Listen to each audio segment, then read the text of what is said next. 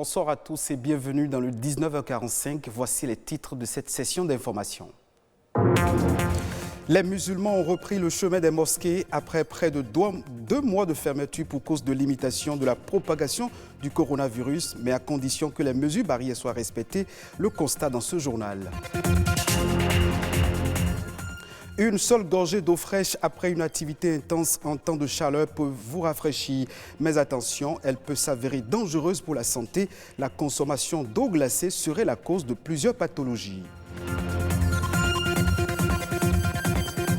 La cartographie des risques, un outil de prévention des goulots d'étranglement d'une entreprise. C'est un réflexe inexistant chez les promoteurs d'entreprises, mais indispensable dans la suivi des entreprises. On en parle dans un instant.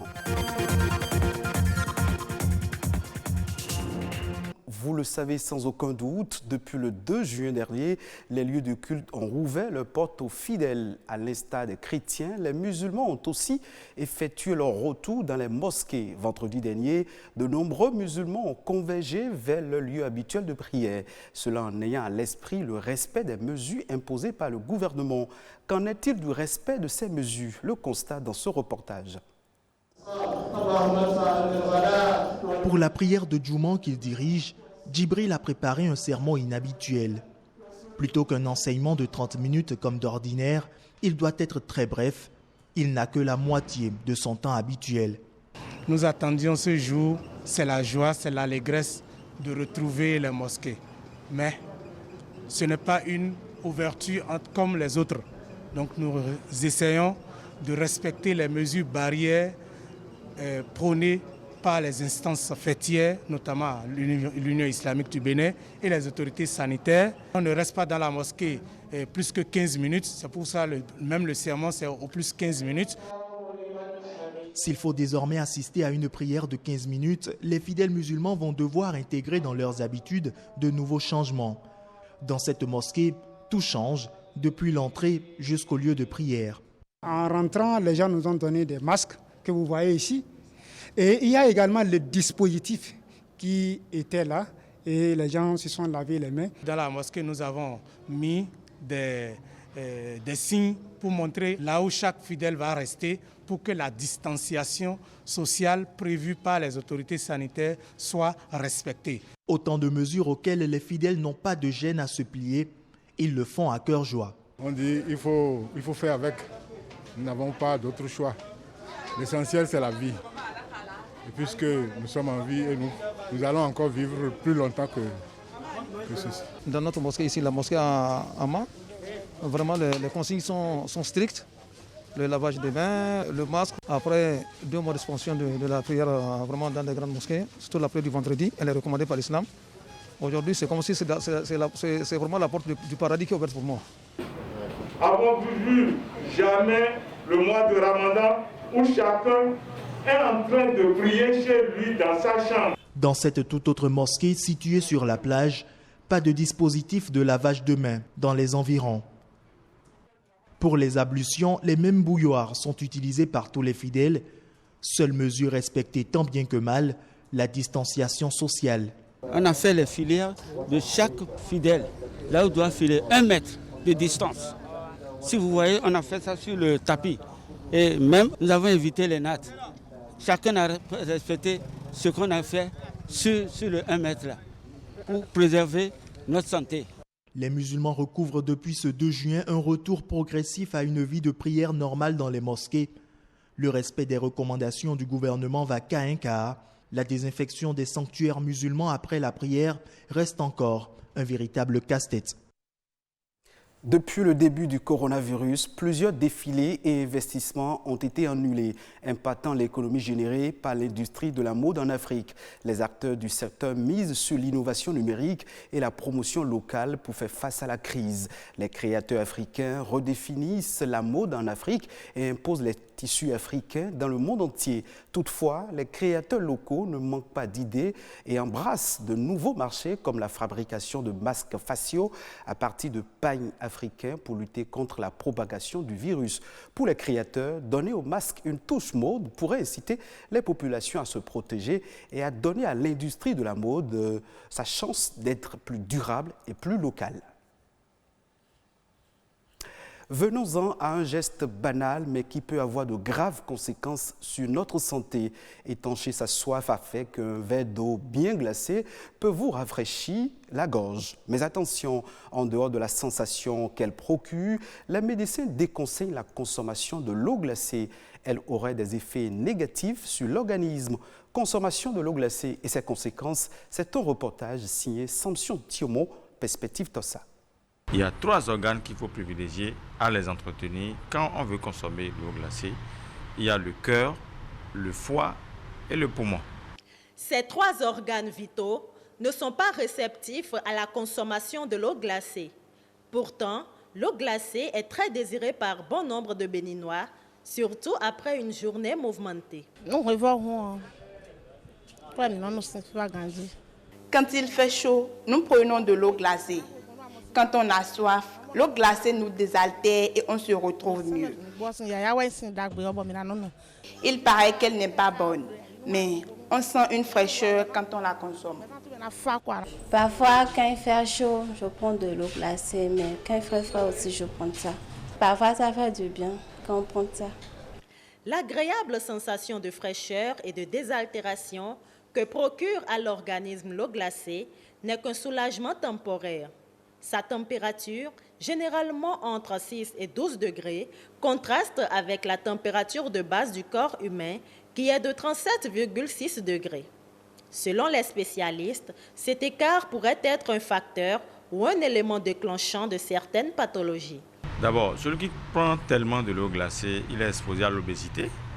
Parce que quand on dit l'obésité, ce n'est pas le fait qu'il prend de l'eau glacée qui va lui apporter l'obésité, mais c'est parce qu'il a mangé des choses grasses et il a envie de prendre de l'eau glacée. Et quand on dit l'eau glacée, ce n'est pas seulement l'eau glacée, il y a aussi les boissons glacées. Donc, c'est consécutif, c'est alternatif. Quand il prend de l'eau glacée, il mange, il finit de manger, en même temps il prend de l'eau glacée, il sera toujours gros. Et attention, il y a ce qu'on appelle la rétention d'eau, c'est-à-dire l'eau qui se retrouve exagérément dans ton organisme.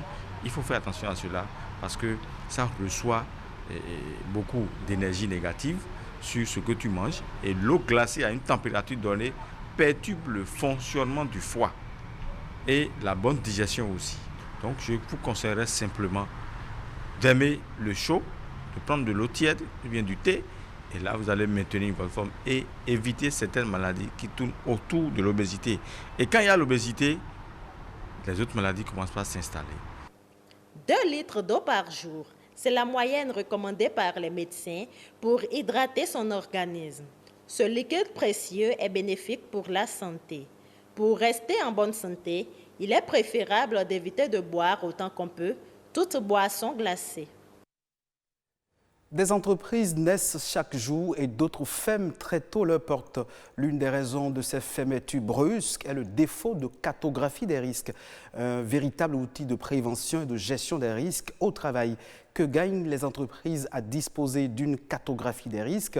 Gentilé Armand Badedji est un expert en management de la qualité et nous parle de la cartographie des risques, notamment de son utilité. Des entreprises ferment leurs portes juste parce qu'un risque n'a pas été identifié ou bien un risque a été identifié mais a été mal évalué ou bien a été identifié mais a été carrément ignoré. Et quand ce risque survient, vraiment, les entreprises ont du mal à pouvoir gérer ce risque puisque rien n'a été prévu comme action de maîtrise de risque. Et donc du coup, le temps qu'il faut pour mettre une action, prendre une décision, les ressources qu'il faut pour gérer le risque, ils sont souvent, c'est dit un peu tard et ils subissent ce risque.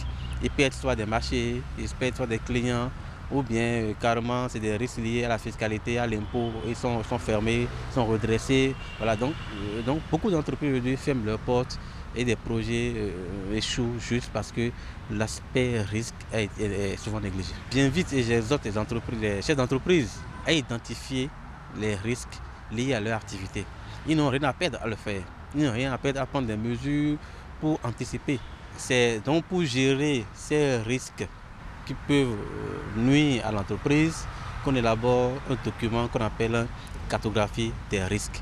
Toute entreprise doit pouvoir détenir cet outil-là, ce document qu'on appelle cartographie des risques. La preuve, vous voyez, aujourd'hui toutes les normes de management ISO prioritairement ISO 9001, 14001 pour l'environnement ou 45001 pour la santé et sécurité au travail. Toutes ces normes-là exigent qu'une entreprise puisse identifier ses risques et puisse les maîtriser à travers le document qu'on appelle la cartographie des risques. D'autres faits marquants de l'actualité nationale dans ce journal. Je vous invite à suivre La Nation en bref. C'est une compilation réalisée par Ulvaeus Balogun.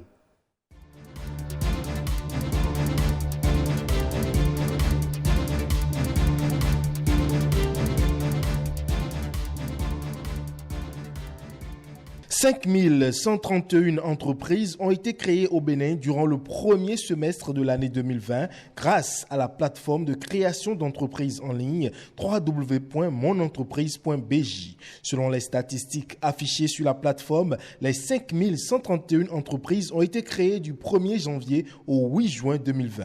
Le département du littoral totalise 4424 nouvelles entreprises et 395 entreprises ont été enregistrées dans le département de l'Atlantique contre 312 dans l'OMI. Parmi les 5131 entreprises créées en ligne, 4282 sont de type établissement, 783 de type société et 66 personnes se sont déclarées comme étant des entrepreneurs. Des statistiques qui révèlent aussi que 66,3% des créateurs d'entreprises sont des hommes contre 33,7% pour les femmes.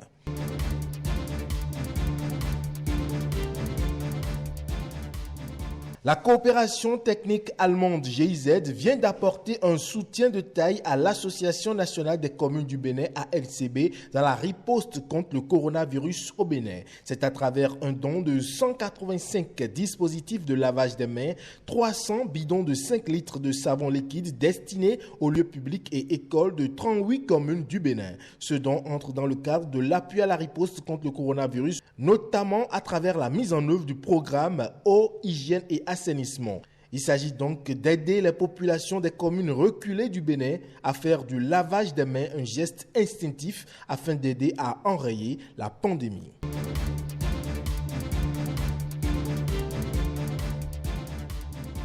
Les acteurs de l'élevage de poissons en eau douce, saumâtre ou salée au Bénin réalisent des exploits. Au cours de l'année 2019, le Bénin a produit 88 500 tonnes de poissons contre 71 000 tonnes en 2018, soit un accroissement d'environ 24,7%. L'annonce a été faite par le ministre de l'Agriculture, Gaston Dousoui, lors du lancement de la campagne agricole 2020-2021. D'après lui, des actions d'assainissement et de réhabilitation des plans d'eau et d'appui au développement de la pisciculture sont en cours afin de maintenir le niveau de la production.